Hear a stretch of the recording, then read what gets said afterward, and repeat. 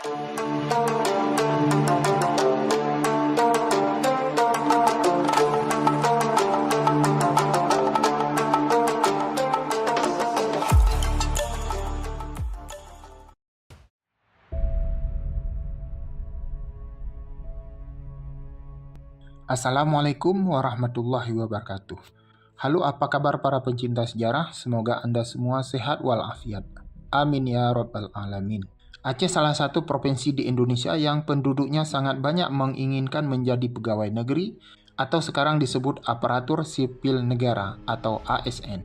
Bagi mereka, menjadi pegawai negeri adalah sesuatu yang membanggakan. Walau sebenarnya bekerja sebagai pegawai swasta atau berwirausaha bisa saja mendapat penghasilan lebih banyak dari pegawai negeri. Keinginan ini muncul karena mereka menilai bahwa bekerja sebagai pegawai negeri atau ASN lebih santai dan punya penghasilan yang pasti setiap bulan. Hal ini membuat masyarakat Aceh menilai bahwa hidup sebagai pegawai negeri lebih tenang dan lebih senang.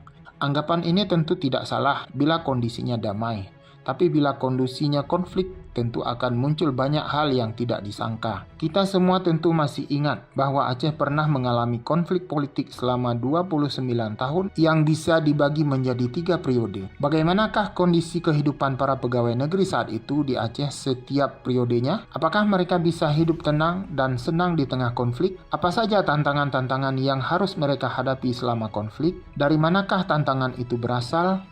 Mau tahu bagaimana kehidupan mereka di tengah konflik selama 29 tahun? Silahkan disimak video ini sampai selesai.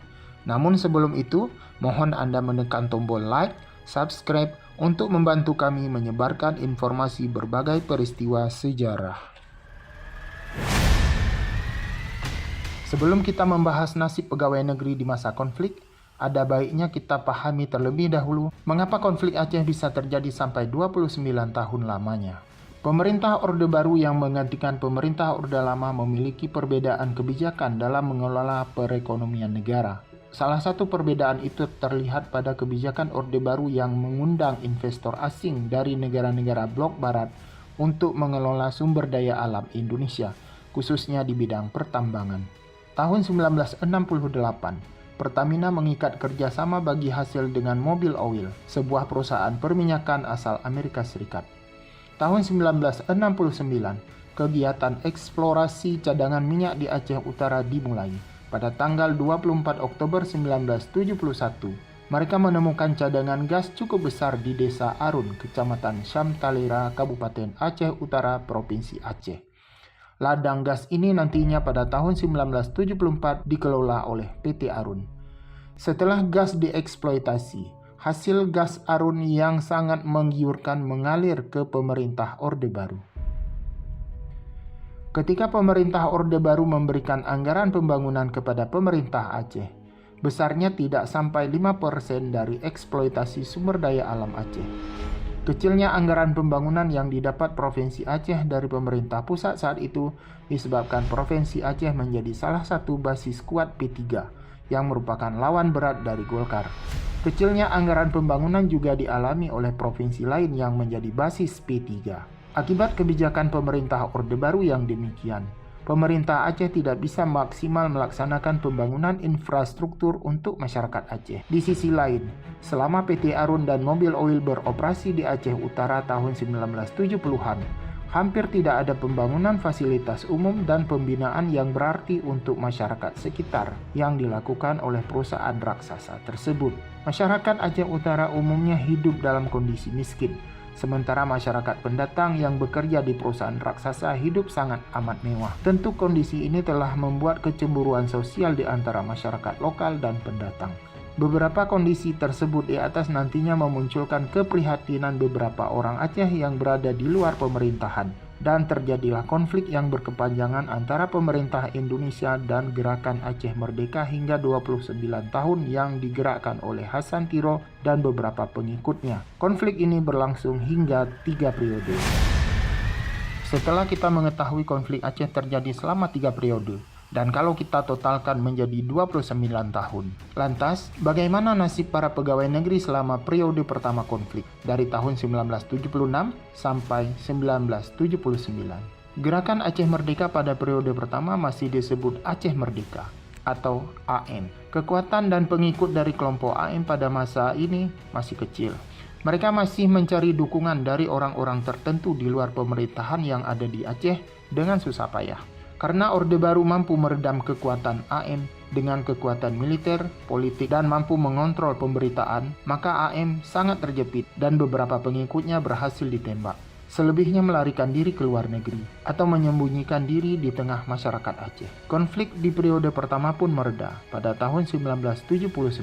Karena konflik di periode pertama masih tergolong kecil, maka nasib pegawai negeri bisa dikatakan aman dari gangguan atau tekanan pihak-pihak yang berkonflik, baik dari pihak AM, aparat, atau pihak tertentu yang ingin memanfaatkan situasi. Para pegawai negeri sepenuhnya mendukung pemerintah Orde Baru dan tidak ada yang terindikasi menjadi pendukung AM.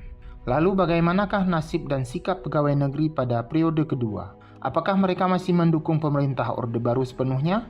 Namun sebelum itu kami jawab, maka ada baiknya kita mengetahui terlebih dahulu kondisi keamanan di Aceh di periode konflik kedua dari tahun 1989 hingga tahun 1998. Pada periode ini GAM masih disebut AM, namun pemerintah Orde Baru menyebutnya Gerakan Pengacau Keamanan Aceh atau GPK Aceh. Belakangan pemerintah Orde Baru merubah istilah GPK menjadi Gerakan Separatis Aceh atau GSA. Kekuatan AM pada masa ini semakin kuat. Hal ini terjadi karena pihak AM merekrut para pemuda Aceh dan diberi latihan militer di Libya, sebuah negara di Afrika Utara. Pengrekrutan dilakukan secara bertahap. Informasi yang beredar di masyarakat Aceh saat itu menyebutkan, pemuda Aceh yang direkrut sekitar 1.000 orang. Benarkah jumlah sebesar itu? Tentu ini adalah sebuah tanda tanya. Untuk mengantisipasi kekuatan AM, pemerintah Orde Baru menjadikan Aceh sebagai daerah operasi militer. Masyarakat yang berada di daerah rawan konflik, terutama Kabupaten Pidi, Aceh Utara, Aceh Timur, diwajibkan melakukan jam malam dan jaga malam setiap malam secara bergilir. Dalam pelaksanaan operasi militer di lapangan, mulailah terjadi hal-hal yang tidak sesuai dengan harapan. Masyarakat biasa yang tidak ada kaitan dengan AM mulai menjadi korban perilaku liar aparat gara-gara hal sepele. Informasi ini semakin luas diketahui oleh masyarakat daerah konflik, termasuk kalangan pegawai negeri. Karena pemerintah Orde Baru mampu meredam beredarnya informasi situasi daerah konflik, maka daerah-daerah yang tidak terjadi konflik seperti Kabupaten Aceh Barat, Selatan, dan sebagainya, masyarakatnya banyak yang tidak tahu apa yang terjadi sebenarnya di Kabupaten Pidi, Aceh Utara, dan Aceh Timur. Jatuhnya korban dari pihak-pihak yang tidak terkait dengan AM, tidak ada penyelesaian secara adil dari penguasa militer tingkat pusat atau tingkat daerah pada saat itu. Bahkan terkesan dibiarkan, sementara pemerintah provinsi saat itu juga tidak bisa berbuat banyak dengan kondisi yang ada. Benih-benih kebencian terhadap aparat pun mulai tumbuh di masyarakat daerah konflik. Ini menjadi bom waktu di kemudian hari. Dengan kondisi keamanan yang lebih jelek di periode kedua, apakah nasib dan sikap pegawai negeri di periode ini juga berubah drastis? Pada periode kedua, umumnya pegawai negeri, baik yang berada di daerah konflik ataupun bukan, hampir semuanya setia dengan Orde Baru. Memang ada beberapa pegawai negeri yang mulai berubah sikap, tapi jumlahnya sangat amat kecil dibanding jumlah pegawai negeri yang ada di Aceh saat itu. Mereka terpengaruh karena ada keluarga atau orang mereka kenal yang tidak ada kaitan dengan AM menjadi korban perilaku liar aparat gara-gara hal sepele, seperti tidak memahami bahasa Indonesia yang digunakan oleh aparat. Pembiaran perilaku liar aparat di lapangan oleh penguasa juga menjadi sebab mereka berbalik hati. Di pihak lain, ada juga beberapa pejabat di daerah konflik yang mendapat ancaman dari pihak yang diduga AM.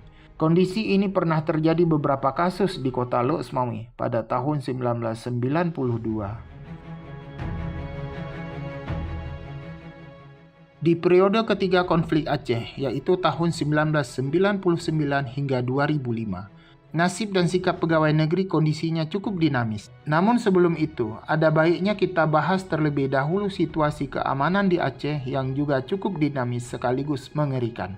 Pada tanggal 21 Mei 1998, Soeharto turun dari jabatannya sebagai presiden dan digantikan oleh B.J. Habibie. Gerakan reformasi dan keterbukaan digaungkan oleh B.J. Habibie. Hal-hal yang terjadi di masa Orde Baru yang telah lama ditutup-tutupi, satu persatu terkuak di Indonesia, termasuk di Aceh.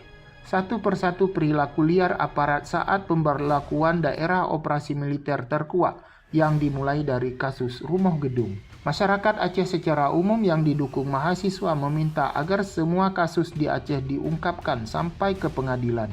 Tentu hal ini sangat berat dilakukan oleh pemerintah B.J. Habibie saat itu.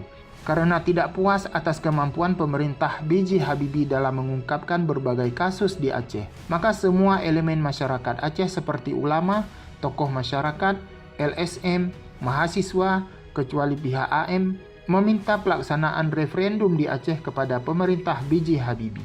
Permintaan ini tentu tidak bisa dipenuhi begitu saja. Kebencian rakyat Aceh pun kepada pemerintah B.J. Habibie semakin tidak bisa ditahan. Hal ini kemudian dimanfaatkan oleh pihak AM yang saat itu sudah bernama Gerakan Aceh Merdeka atau GAM untuk menarik simpati masyarakat Aceh. Sebagian masyarakat Aceh memang ikut bersimpati dengan GAM. Namun bukan berarti mereka otomatis langsung menjadi anggota GAM. Sebagian lagi khususnya kalangan anak muda tidak hanya bersimpati, tapi juga menjadi anggota GAM dan mendapat latihan militer. Beberapa pihak memperkirakan ada sekitar 5.000 pemuda Aceh pernah mendapat latihan militer pada masa ini. Pemerintah pun menambah jumlah aparat di Aceh secara bertahap. Tahun 1999 hingga 2005, konflik di Aceh sangat mengerikan. Korban jatuh dari ketiga belah pihak, yaitu GAM, aparat, dan masyarakat yang bukan anggota GAM, tidak bisa dihindari.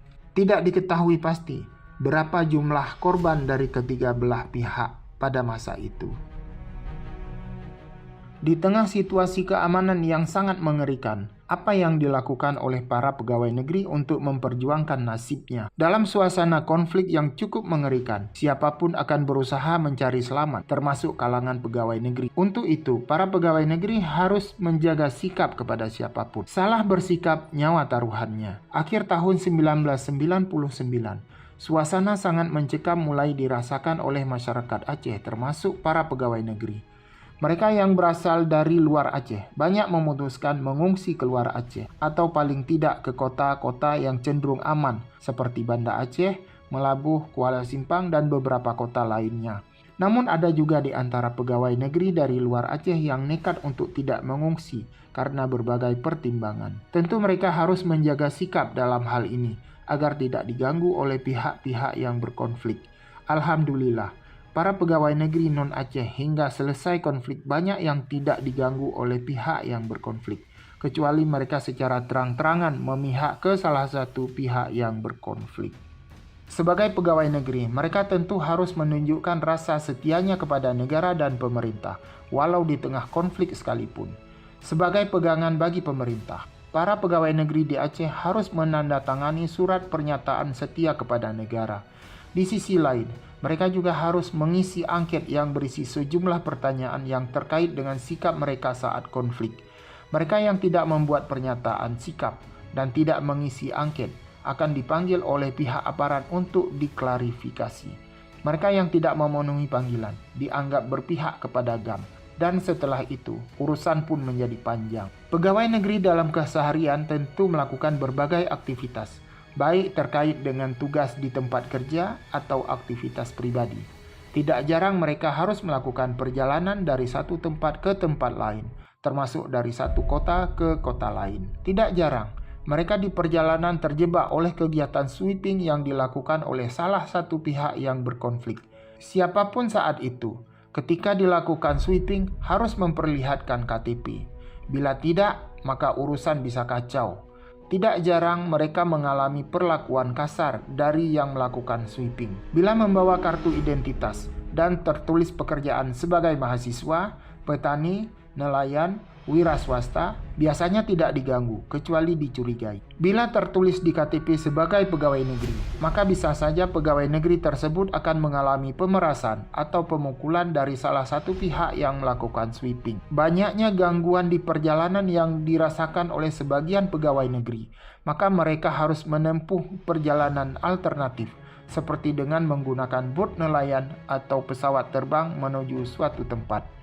Rasa tidak aman yang dirasakan oleh para pegawai negeri bukan hanya di perjalanan, tapi juga di rumah atau di tempat kerja, seperti di kantor atau di sekolah.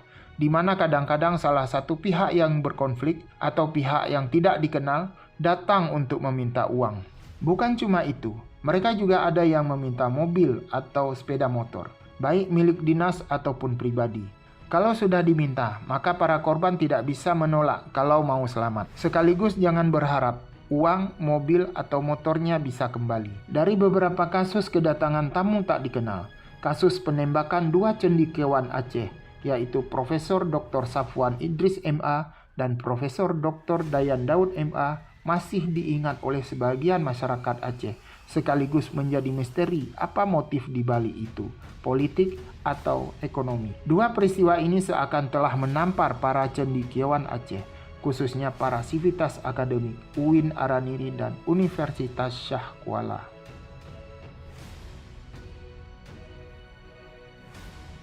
Tahun 2003, pembakaran kantor atau sekolah oleh salah satu pihak yang berkonflik atau pihak yang ingin memperkeruh suasana banyak terjadi hampir di seluruh daerah Aceh. Untuk menghindari hal-hal yang tidak diharapkan, para pegawai negeri terpaksa harus menjaga kantor atau sekolah secara bergiliran di waktu malam. Tentu mereka juga harus menyesuaikan dengan waktu jaga malam di tempat tinggal mereka. Kegiatan jaga malam biasanya dimulai dari jam 22 dan biasanya tidak didampingi oleh aparat keamanan. Tentu hal ini sangat beresiko bagi para pegawai negeri yang tidak terbiasa menangani orang bersenjata api. Beberapa kasus pembakaran kantor atau sekolah saat itu dilakukan di depan mata mereka yang bertugas jaga malam. Tentu mereka tidak bisa berbuat banyak ketika kantor atau sekolahnya dibakar oleh pihak yang tidak dikenal. Di tengah terjadi konflik yang cukup mencekam, terjadilah peristiwa tsunami pada tanggal 26 Desember 2004. Suasana pun berubah drastis. Masyarakat Aceh disibukkan oleh berbagai kegiatan evakuasi dan penyelamatan korban tsunami. Tidak ada lagi saling menembak di antara kedua belah pihak yang berkonflik. Pihak asing pun mulai masuk ke Aceh, termasuk tentara asing. Tahun 2005, kesepakatan damai dicapai antara GAM dan pemerintah Indonesia di Helsinki. Konflik Aceh dan Indonesia pun selesai. Begitulah kisah kehidupan para pegawai negeri di Aceh saat konflik. Ada masa mereka masih bisa hidup tenang, tapi di lain waktu kehidupan mereka sangat mencekam. Kita berharap kehidupan masyarakat Aceh di masa depan bisa lebih baik dan jauh dari konflik. Sebelum kami akhiri video ini, mohon Anda menekan tombol like dan subscribe untuk membantu kami menyebarkan berbagai informasi sejarah. Seandainya ada yang ingin disampaikan tentang kehidupan para pegawai negeri di masa konflik Aceh, silakan mengisi kolom komentar. Tentu Anda harus menggunakan bahasa yang santun. Assalamualaikum warahmatullahi wabarakatuh.